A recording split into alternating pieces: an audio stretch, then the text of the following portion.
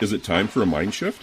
If you don't know what that means, then join your host, Dr. Clint Haycock, a former evangelical Christian pastor and Bible college teacher of over 20 years, along the journey of deconstruction and reconstruction of faith, life, religion, and spirituality.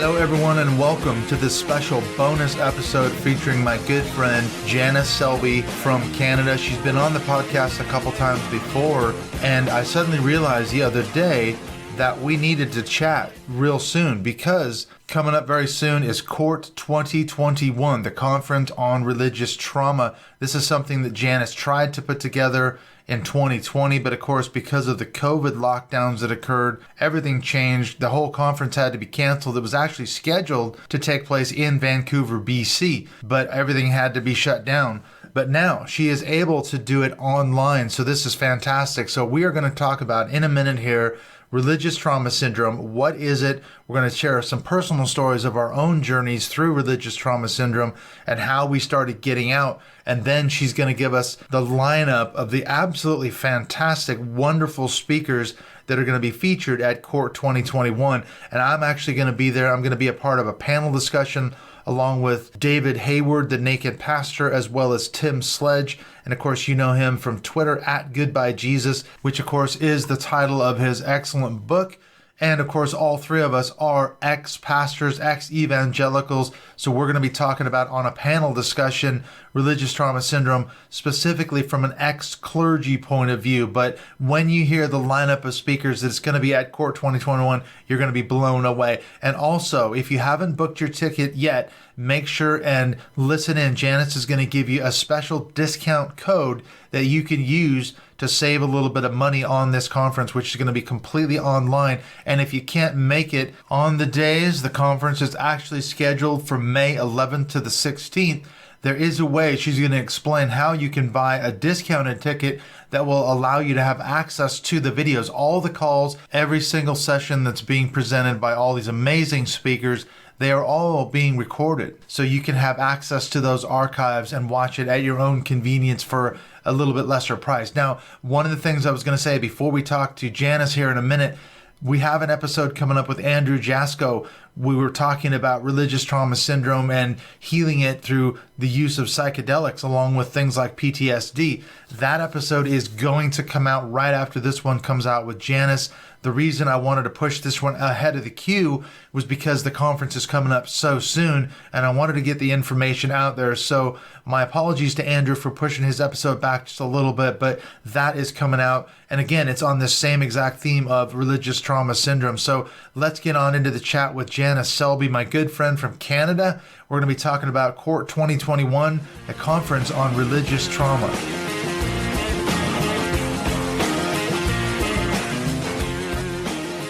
I am talking to one of my very favorite Canadians. Thank you, Janice Selbie, for coming back into Mindshift Podcast once again. Oh, thanks for having me back. It's always a pleasure. Always a pleasure. Now, I know we wanted to chat for a while here because you've got an upcoming conference, CORT 2021, the Conference on Religious Trauma. Mm-hmm. I'm so excited that you're finally going to be able to do this. And it's not going to be canceled again because of COVID like the first one. Exactly. Yes, and I'm excited because you are actually going to be joining a panel that we're having at the Conference on Religious Trauma. You and Tim Sledge and David Hayward going to be talking about things from an ex-clergy side, which I think is really important because when clergy folk leave religion, there can be even additional fallout to the rest of us who are maybe never involved in ministry. So I'm really looking forward to that panel. And yeah, we're holding it online, which I think is just great because we have people even from Australia and Russia and Europe who are very interested in attending. And of course, for folks who have such time zone differences, we are also offering a ticket that is strictly for resources, which means people can have access to the recordings. So both ticket types get access to the recordings, but if people want, they can strictly get the recordings, and it's a reduced fee rather than the full ticket. And it's taking place May 11th to 16th, which is coming up very, very fast. Coming very quick. Yeah.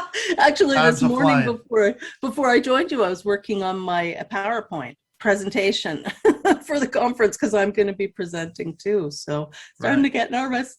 You're not going to do it the night before? Come on. Just throw something together. Come on, Janice. Well, that is my usual fashion of doing things, but this time I thought, no, this is pretty big.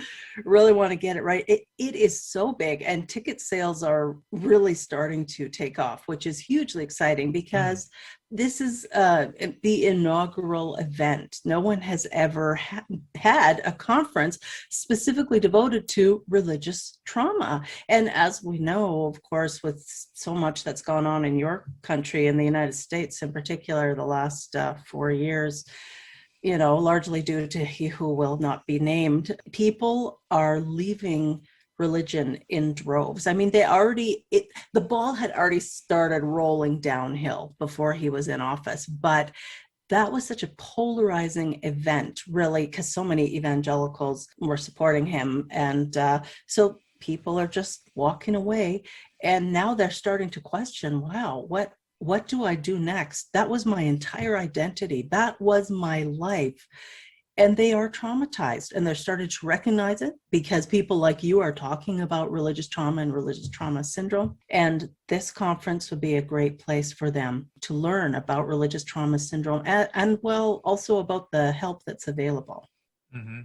Well, speaking of RTS, then maybe we should go back and start at the beginning. What is religious trauma syndrome? If someone's listening to this and saying, okay, I've walked away from religion, not necessarily Christianity, it could be any religion or any sort of high control group that you were a part of, a cult or a movement, something like that. You may have been traumatized. So what is religious trauma syndrome?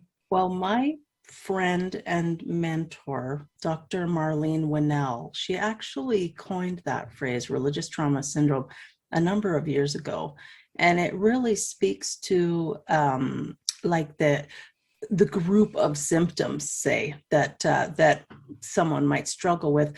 First, because they were a member of an authoritarian group. So we have losses and issues that we have to cope with being part of that group. And then when we leave the group, it's a double whammy because then we've left and now we have more losses on the other side. So certainly the obvious one that people name quite quickly is the loss of community, but there is also the loss of identity and the loss of our assumptive worldview, how the world worked and fit together dissolves completely. It is no longer there. And boy, talk about plunging you into an existential crisis. That will do it. Losing your faith will do it. Yeah. It really is. And then it's a painful process, and it can also be super isolating. Like until I came across Marlene's work, Dr. Winnell's work, I felt completely alone. I didn't know anyone else who had bought into the faith to such a degree as I had. I mean, I was a head covering, homeschooling, fundamentalist, Pentecostal, I like to call myself, wife and mother. And then I started pulling on that thread, and the whole thing was unraveling. Yeah, and lost my marriage, lost my community, lost many different portions of my identity because I no longer was a Christian. I no longer was a homeschooler. And eventually I was no longer a wife. And so all of those things were interrelated, and it was grief upon grief upon grief. And then the isolation of it, not really knowing anyone else, like I said, who had lost their faith after being such a staunch believer. So when I found Marlene, and her book is called Leaving the Fold, and it's helped thousands of people. I'm just one of many people. And then I was able to actually go and spend time with her in person in San Francisco on a few occasions, and to meet other people who could relate, even if they came from a different religious background.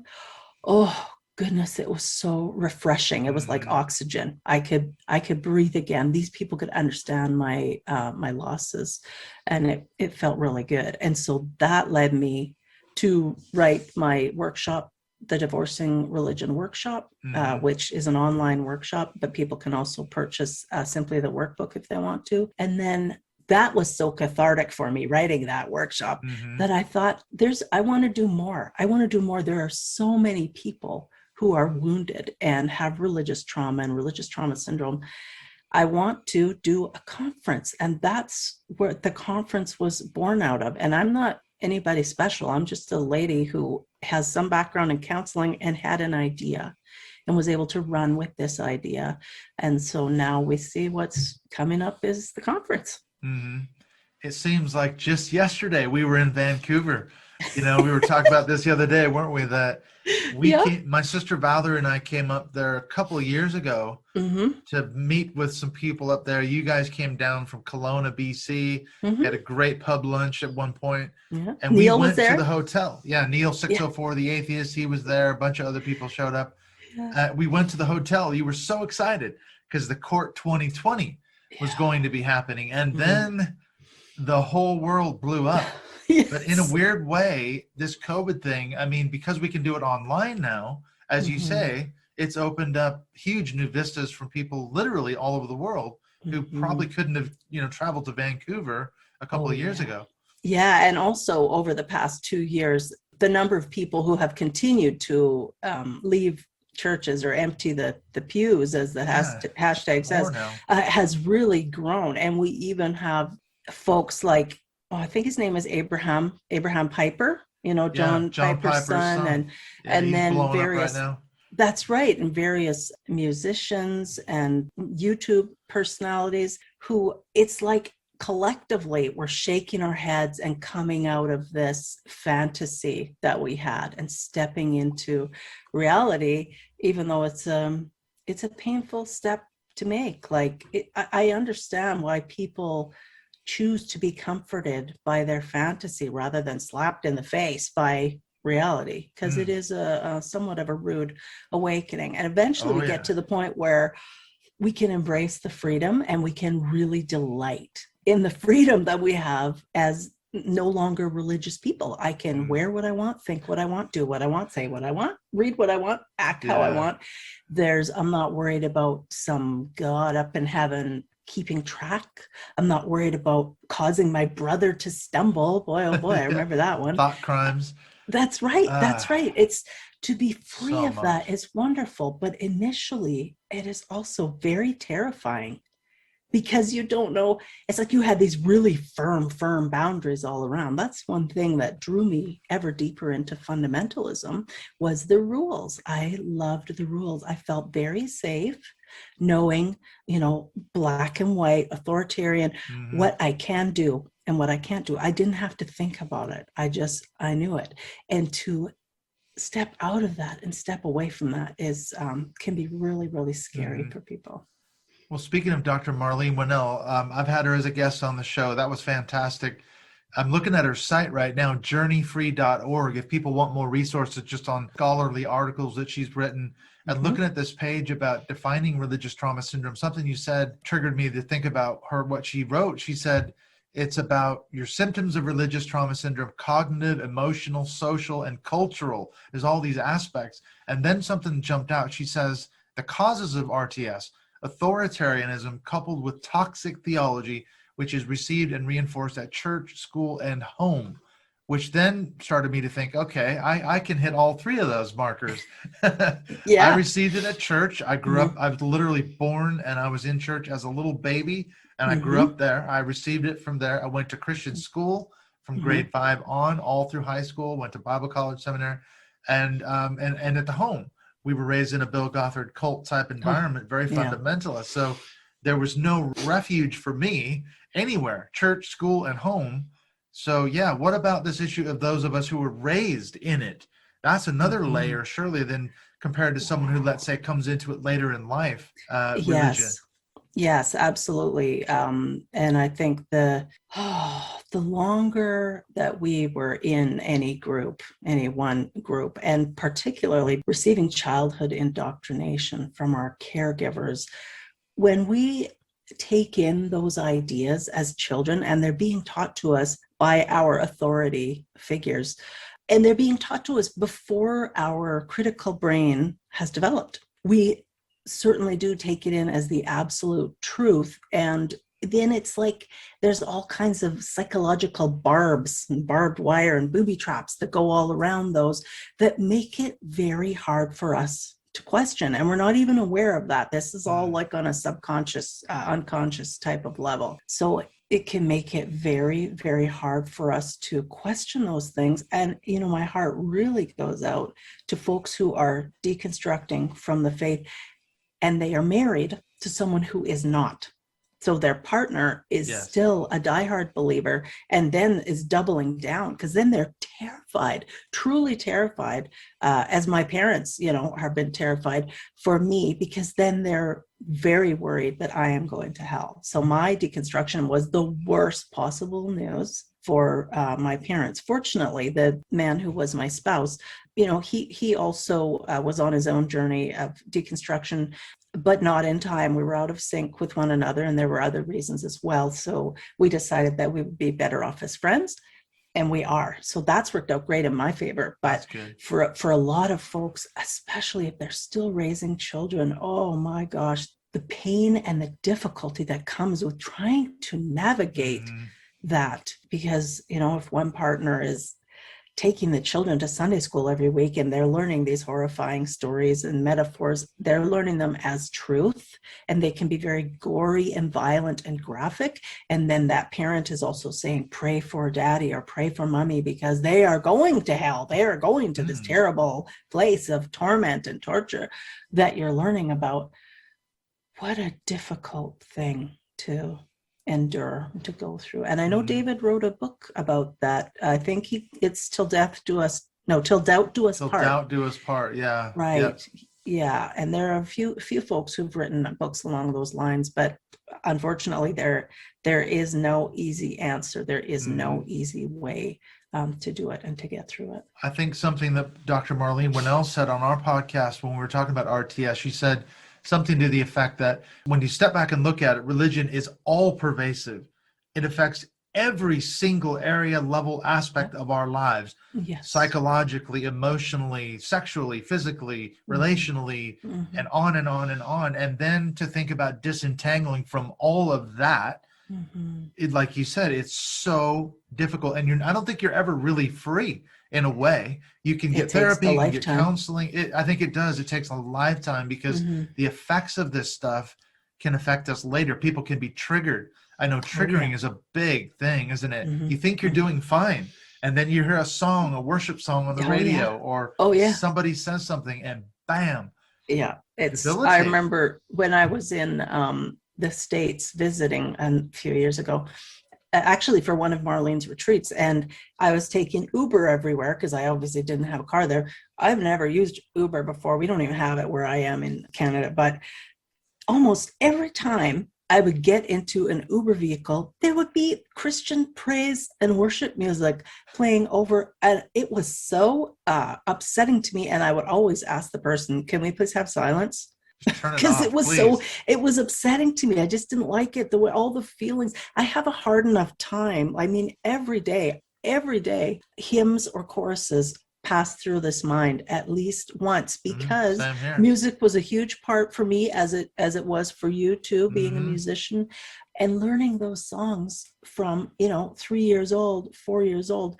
Those songs get in there. They are very hard to pull out. I know you've used a phrase before about unpicking the conditioning. Yeah, that's true. Very, very challenging and hard to do. And it takes time. We don't just flip a switch. And if we do just flip a switch, it's often to our detriment. We have got to acknowledge our losses in order to properly mourn those losses. And the losses are huge when we lose our faith or walk away from our faith.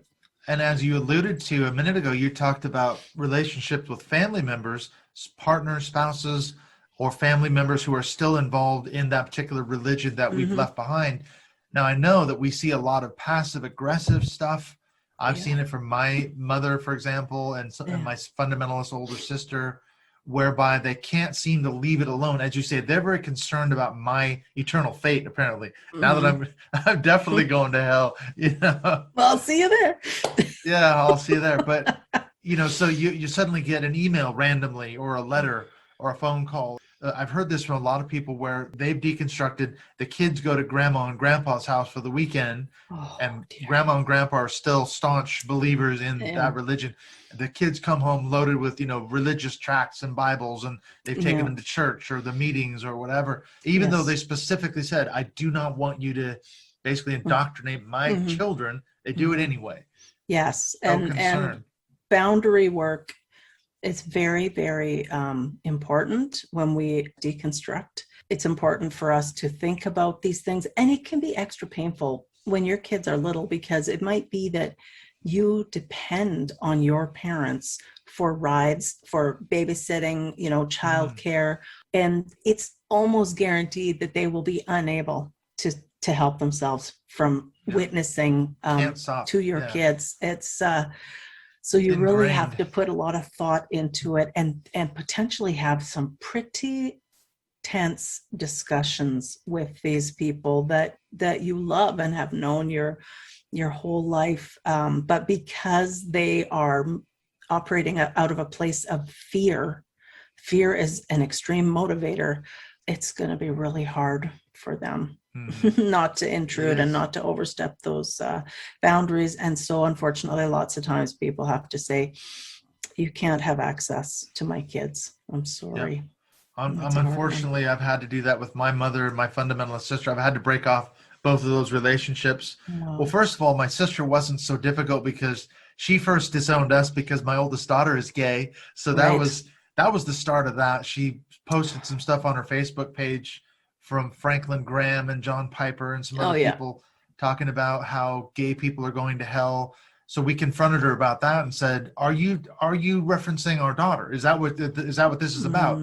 She's the only gay person you even know, right? Obviously, you don't know any gay people. Yeah, not running in those circles. I'm just reposting what Franklin Graham said. She was denying and disavowing the whole thing. I called bullshit on it. I said, "No, I know what you are doing. This is a passive aggressive move. It's total bullshit, and we're done." And that was it. That was the last straw, and I had to do that because she just wouldn't stop with that kind of real passive aggressive, sneaky stuff. And she would just disavow. It's not me.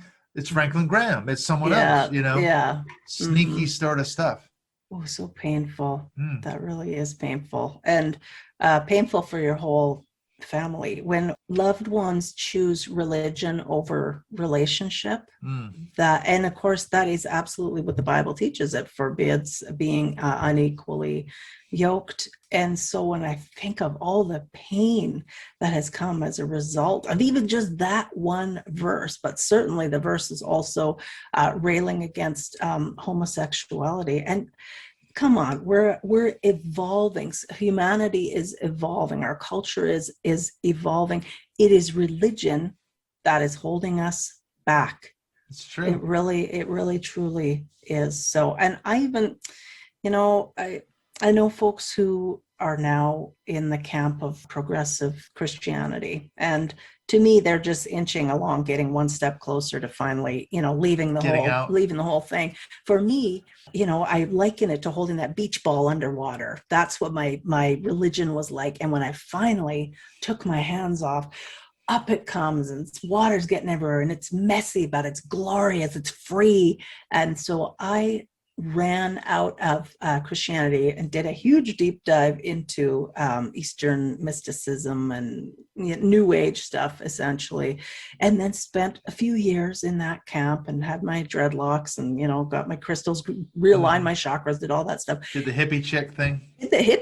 I loved it. But then eventually it seemed to me like, and I was attending conferences and, going to, have you read this book? Have you heard this? Yeah. And then, you were all in. People, I was, until people started talking about channeling this Abraham Hicks or channeling whoever, whatever it was. And I was like, that does not sit right with me. That feels kind of familiar, and I'm not interested in that. And that was also when I was realizing that fundamentalism, Christianity doesn't have the market cornered on that. We can be fundamentalist in any viewpoint that we have: political, religious, nutritional. And I started to realize I didn't need any of it. I was capable of crafting a meaningful life for myself and making my own choices without needing anyone else telling me how to do it. That's huge, man. It really is. Yeah. Yeah. And it's learning that new way of thinking, isn't it? I've seen that too in my own life the last 10 or so years, where it's like the instinctive move is to go pray about something, a difficult decision's coming up, or a big life decision or something. Well, let's pray about it. Let's see what the Bible has to say. That was my tradition. And it's so ingrained, as you were saying earlier, that you think, oh, well, I'm not going to pray about that. Am I in trouble? Or is that, am I outside of God's will? And you start thinking down those lines, and it's like, no, you've got to really sort of rethink those grooves and get out of that. And it's a tough thing. I really think that it's a hard thing for a lot of people. Yeah. One thing that helped me when I was going through that was recognizing that every time that I prayed, I actually was just praying to myself. I actually was just talking to myself. And so any answers that I had, any insights that came to me or whatever, were also from myself. And so it happened before, so it can certainly, continue happening now. I am capable of having insights.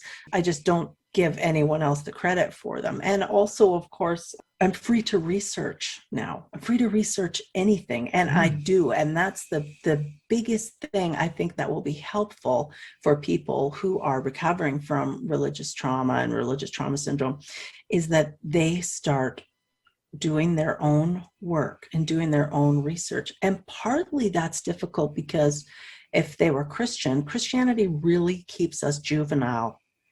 It keeps us from looking towards outward sources. We're supposed to be childlike in our faith, all those kinds of things. But the truth is, you are an adult in a secular world, and no one is coming to rescue you. You must rescue yourself. And that can feel like a heavy mantle, a heavy burden at first. But again, there's nothing quite like being totally autonomous. You get to do what you want to do, but you also get to suffer the consequences of your choices. That's true. The words ringing in my head, my mother-in-law always used to say, she passed away a couple of years ago, but her famous phrase was, honey, you can do whatever you want. And she didn't mean it in that sense that you were talking about, but that phrase has been coming back to me a lot lately.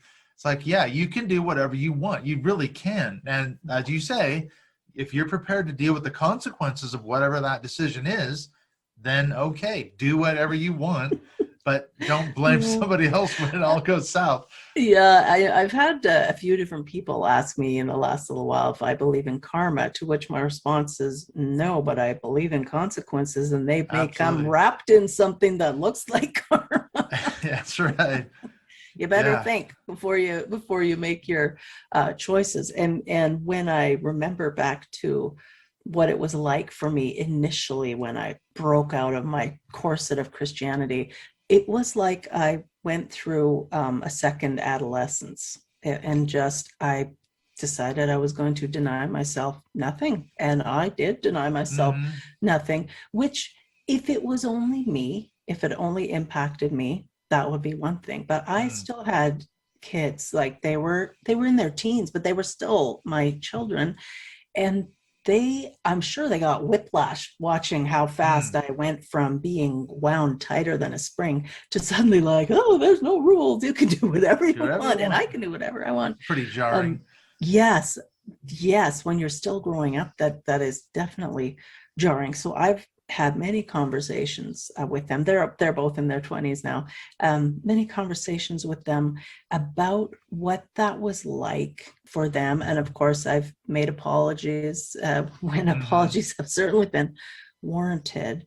And the kids have been so gracious to me. And I think their response has more been, well, you showed us that change is possible. Like, we never thought you would change. Because you were pretty uptight. But if 180. you could change, that's right. Anyone if you can could change, anyone can change.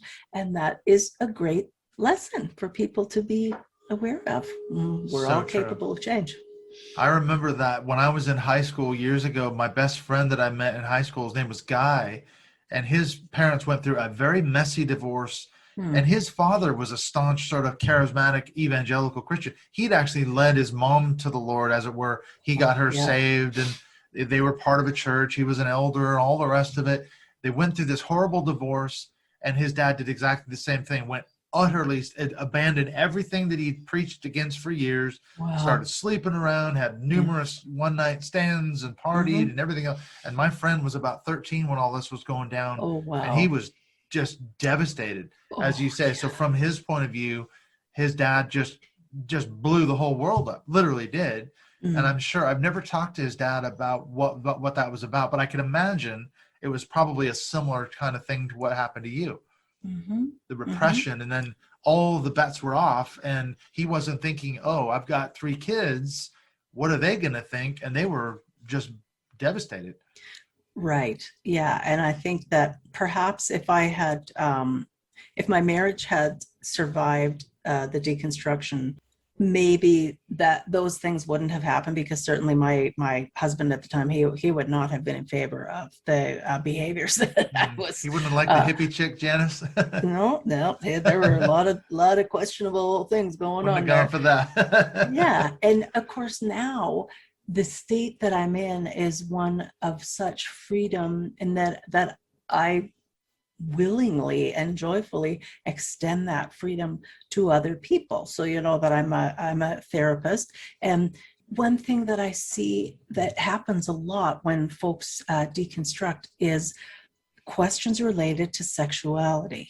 And even questioning, well, maybe I'm actually not heterosexual. Maybe this is just something that, a label that was thrust upon me and I didn't have any choice in it. And I want to be open to explore anything. And people are allowed to explore that. A lot of folks decide they're going to try moving to an open situation in their dating, in their relationship, in their marriage. And so these are possibilities. And I always just urge people, proceed with caution. Do your research. Make sure you're having a very intimate discussion with your partner, that you're both on the same page. But essentially, there actually is no rule saying that you must stay married for the rest of your life to this person. Yes, that is a promise that we made at one time, but it's okay. You're allowed to change. People change at different rates and in different ways, and that's okay. And that's something that obviously people who are still really entrenched in religion have a very hard time with, because they fear any change at all. Absolutely. Yeah, and you can't get a divorce in Christianity. Many Christians believe there is no legitimate reason for a divorce. Maybe in the case of sexual infidelity or something like that, if one partner has an affair. But yeah, going through all that is so difficult. I can remember a relative of mine was devastated when he was told you can never remarry after his wife, after they got divorced. He was in tears because he was so devastated by that.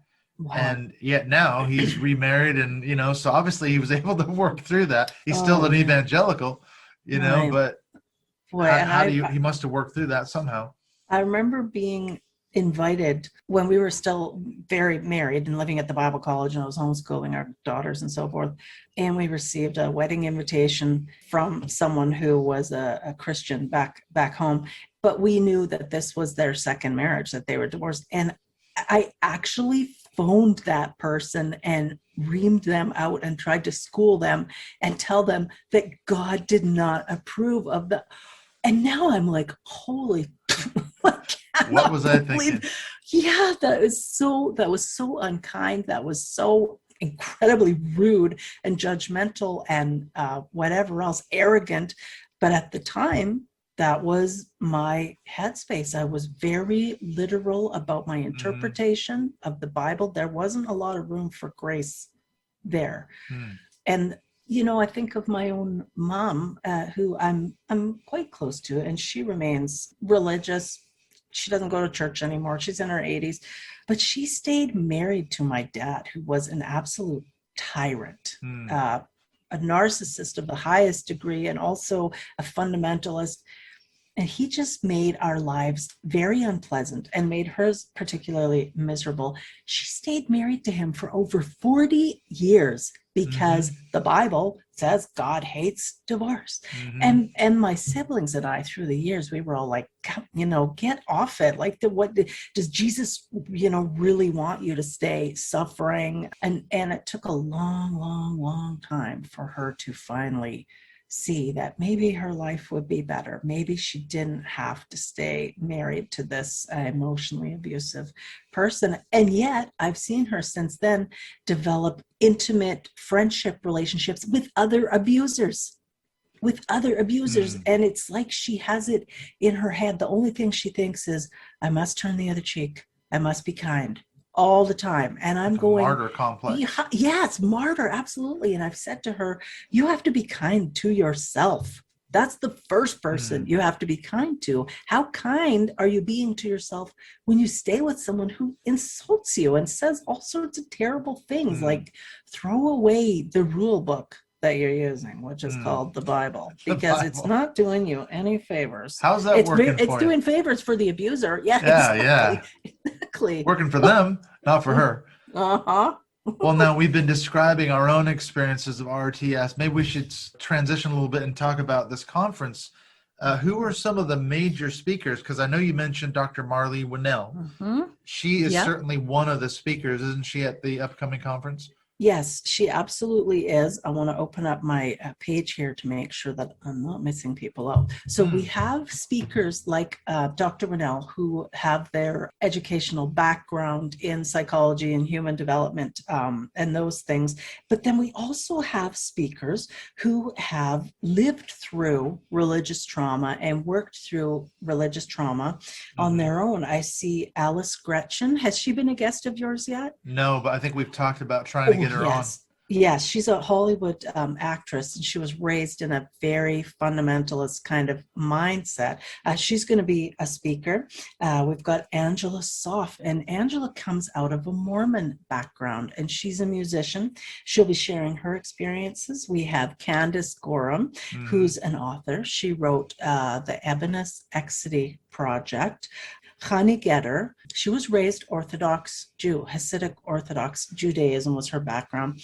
And then after she was, married, she realized that she was gay. And so imagine all the huge life, changes for her. So Chani will be speaking. Dan Barker of the Freedom from Religion Foundation. Oh, Dr. Daryl Ray. He's my friend, and he's just amazing. So he started, of course, the Recovering from Religion organization, and he's written so many books. I'm really looking forward to that. Oh, Dave Warnock. Have you had Dave on your show? Dying Out Loud. Yeah. I love me some Love Dave. He's great. Yeah. He's going to be sharing about his own journey as he's walked away from faith and is currently walking through ALS. And then, of course, you and Dave Hayward. Oh, Terry Daniel. You've had Terry on your show a number of times. Many times. Yeah, she's a very good friend. I really enjoy her. Yes, and her background is very much all things related to grief and grieving and that whole process. And she'll be talking about toxic theology around grief as it relates to loss. So that's going to be great. Oh, Janet Heimlich. You haven't had her on your show. No. I'm making notes now, though. Yes. She's an award-winning journalist and author, and her area of special interest to this point has been very much how children are impacted by religion and religious indoctrination and religious harm. So Janet is also one of our keynote speakers. I'm going to be talking about divorcing religion. Oh, Jen Kiaba, and I don't think you know who Jen is. She is an artist, a painter in New York City. And I think maybe she does some photography work too. I'm not sure. But her background was as a Moonie. She lived as a Moonie for many years. Jeremiah Camara is a documentary filmmaker, and he specifically looks at how the Black community has been impacted by Christianity. And he's done a couple of really hard-hitting documentaries on that. So he'll be addressing that. Lisa Cohn also comes out of the Moonies, and she's a writer. Mandisa Thomas, the head of, Black Non-Believers, yes. Marlene Rennell. Nate Phelps. Have you had Nate on your show? I know who Nate is, but I haven't had him the son on. of the late Fred Phelps of Westboro Baptist fame. So Wow. I think Nate's story is quite something. What about Rick Allen Ross? Have you had Rick Ross on your show? Yeah, I've had him. He's a cult expert. He is, and he will be speaking at the conference, not related to religion or religious trauma, but specifically looking at it from a cult mindset, because people who've left the Moonies or other groups that aren't necessarily religious in origin, but the mindset certainly is very similar, isn't it? You and I have talked about that before. Oh yeah. Tim Sledge will be part of your panel, and then we also have Yasmin Mohammed. And Yasmin wrote the book Unveiled, and she, at age 18, was married off to an Al-Qaeda operative, and she managed to not only escape him, but escape from Islam. And so she's a really powerful activist. And those are the people who are going to be at court. It's going to be incredible. That's why it's going over so many days, because I have so many speakers. It's amazing. Yeah, you can't have too many when you're talking about people of that caliber. And what I love about it is the diversity. It's not just, we're talking about people who come out of evangelical fundamentalist Christianity like you and I. You've got Moonies and come out of Judaism and like fundamentalist Mormonism. Mormonism, just all kinds of backgrounds. But yet what's fascinating to me is, as you say, when you break it down, there's so much in common around this area of religious trauma syndrome. It doesn't really matter what religion or belief system you come out of. There's, I think, a core set of symptoms that we all sort of share. That's been a real revelation to me as far as my own education into RTS goes. Yes. And until and unless we become familiar with the psychological tactics that authoritarian groups use, we are vulnerable. We remain susceptible to falling into another fundamentalist group. Like I ran into New Age teachings, but I was able to come out of that relatively easily. Some people actually do go from cult to cult to cult, and they're not stopping to educate themselves and kind of realize what is going on. I think that's more common than we realize in the RTS community. It's true. I've learned that education is hugely important. And like you say, if you don't educate yourself on how you were manipulated, how you were psychologically duped and all the rest of it, you could very easily fall victim to another group, another cult type thing, couldn't you? So that's definitely a thing. Well, I know that we're going to do a discussion going back to one of the points you were making about spouses and partners. I think we need to pursue this further, maybe in another call, because this is something that's come up in our Facebook group. We want to have a conversation about that. So that's an important topic. But if people are interested in, now that they've heard all this stuff that we've been talking about RTS, hearing this amazing lineup of speakers that you've got for this conference, what's the best place to find out information so they can get tickets and book in? I will give you a link that you can include in this description for the website for the conference specifically. And then also they can follow me on Twitter or reach out to me on Twitter. I have 2 accounts on there. One is @DivorceReligion, all one word. And the other one is @WiseCounselor. And there's an underscore between wise and counselor. And there's 2 L's because we spell things the Canadian way. That's right. And of course that's right. They can find me on Facebook just under my own name, Janice Selbie. So they can reach out to me at any of those. And they can do an email, courtinformation@gmail.com. And CORT is CORT, courtinformation@gmail.com. And I can answer their questions there. Right. So I'll put all that in the show notes. If you want to reach out and find out information about the conference, talk to Janice. Thank you so much. This has been absolutely fantastic. I always love meeting up with you. We have such great conversations. We could go for hours, I'm sure, but we got to let this thing go. Yeah, let's also just remind your audience that they can claim a discount. They can use code POD15, capitals POD15, just to get a $15 American discount at registration. My gift to them. Every little bit helps. Yes. Get on it early, and you can get a discount. So thank you so much, Janice. I'm so looking forward to being a part of CORT 2021. Oh, me too. It's going to be great. Thanks for inviting me back to talk about it.